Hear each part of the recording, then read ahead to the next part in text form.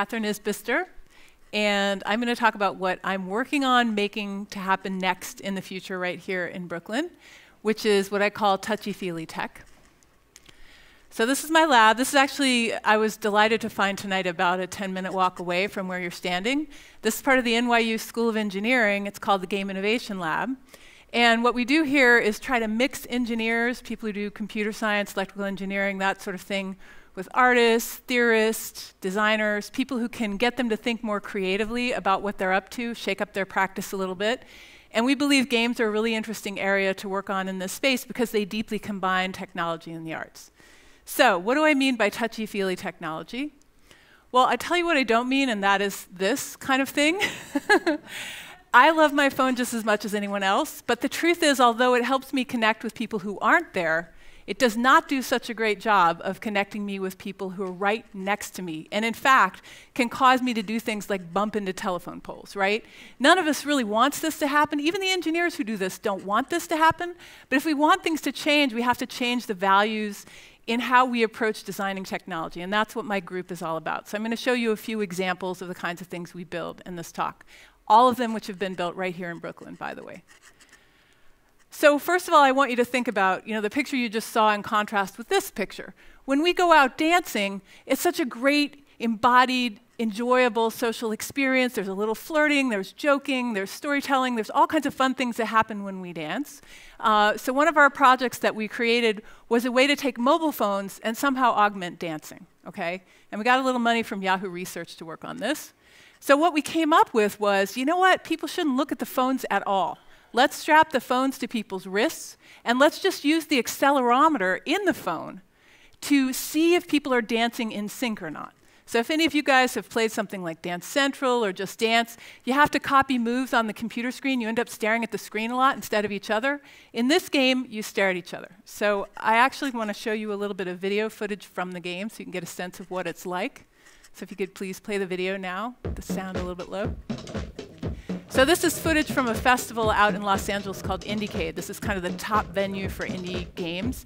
And you can see here what happens is it's a 2-on-2 dance battle. And we actually took the old style dance battles with the MC and the DJ as our inspiration. One team dances against another.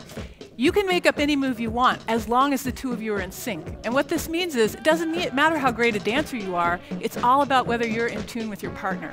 And you can see from the footage people doing all kinds of silly moves they come up with just on the spot. The way you win this game is to figure out how to synchronize really closely and tightly with your partner. So we feel like it's a much better augmentation of the dancing experience than some of the things we've seen off the shelf. And it's certainly a very novel use of mobile phone technology, right? Okay, so that's enough of the video. Let's switch back to the slides. I know we could watch that all night, right? Okay.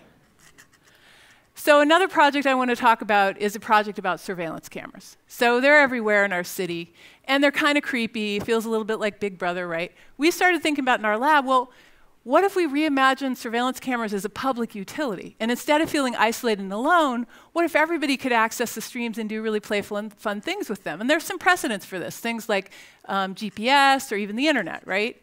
So we worked with Bell Labs on this project, and they had some software that allowed you to detect the motion flow that was happening in the camera stream.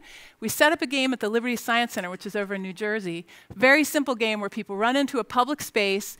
The more the merrier, and I'll show you a video in a second. They start uncovering pixels. When they uncover enough pixels together, they get to take a little photo of themselves with these little digital props. And what that does is it creates this funny, impromptu community happening right in front of this surveillance camera. So let me quickly show you the footage of the game so we could roll the video. So this is actually at Liberty Science. It was there for about a year. And you can see a couple kids see it, a few more see it. Before you know it, there's a mass of people in front of it. And that's no problem at all. That's exactly what we want to happen. In our research, we were looking at how this game actually builds collaboration between different museum visitor groups. Normally, groups tend to cluster and not mix with one another. This game actually caused more mixing between people. So it's just an example of, throw up a screen and take the stream from a video camera, and suddenly it's not all about being alone and being watched, it's about playing together. Okay, so that's enough of that video. The last project I want to show you is something that has been driven by our artist in residence. We actually have an artist in residence in our lab whose name is Kaho Abe, and she was really interested in this phenomenon. This is actually a set of portraits done by Robbie Cooper that was in the New York Times of people and their avatars in video games. And we all know that avatars allow people to kind of take on fantasy personas and do playful kind of role play and maybe be somebody else than they are in the virtual world. She was really interested in bringing that into the real world. And her idea comes from, she's actually originally from Japan, comes from this lightning bug story, folktale kind of thing. And she envisioned a collaborative game where each person would put on some costuming elements that were also live and interactive. So these are some of her early sketches. So the hardware, she ended up creating this hardware. So it's two-player, it's a collaborative game. One person puts on a gauntlet, the other one straps on this backpack, and that's actually Kaho right there. That's she and I playing in the game. We have to hold hands in order to make this game work. One of us has to charge up the backpack in a pool of light. The other one then, once we hold hands, can aim and fire at these sort of demons coming from the clouds and protect the two of us as lightning bugs. So it's a collaborative, really engaging, and oddly emotional experience. And I want to close by showing you a funny video of my own daughter who played this game. So we did some play testing at iBeam, which is actually relocating near here. So let's look at this video.